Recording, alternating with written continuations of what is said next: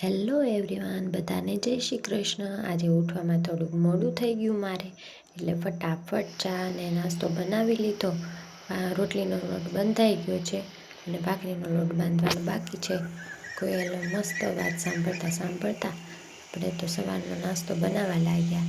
હું થોડીક વધારે બિઝી હતી એટલે વિશાલ જાતે જ ઇસ્ત્રી કરવા લાગ્યા.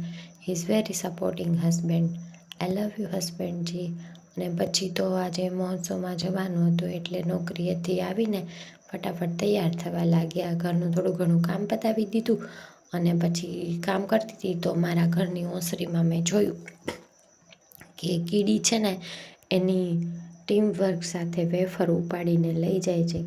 આટલું બધું વજન ઉપાડીને મેં સાંભળ્યું છે કીડી પોતાના કરતાં 100 ગણું વજન ઉપાડે છે.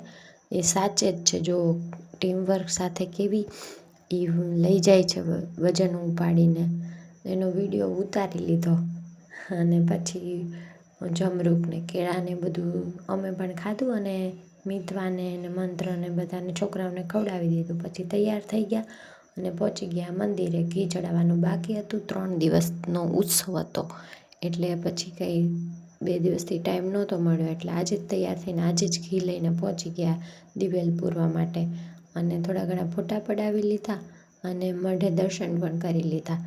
ત્યાંથી અમે નીકળી ગયા મહોત્સવમાં જવા માટે. ખૂબ જ ભીડ હતી. લોકોનું આટલો ઉમળકો જોઈને ખૂબ જ મજા આવી ગઈ. ખરેખર આપણા ભગવાનનું આટલું સરસ મહોત્સવ અને આટલો બધો ઉમળકો જોઈને બહુ જ મજા પડી ગઈ. અને ફોટા પડાવી લીધા અને રાત્રે દૂધ પીને સૂઈ ગયા. અને બહુ જ મજા આવી. અને વિડીયો બીજા નથી મારી પાસે, કાલે આવશે એટલે એ નેક્સ્ટ વ્લોગમાં બતાવીશ. Okay, good night.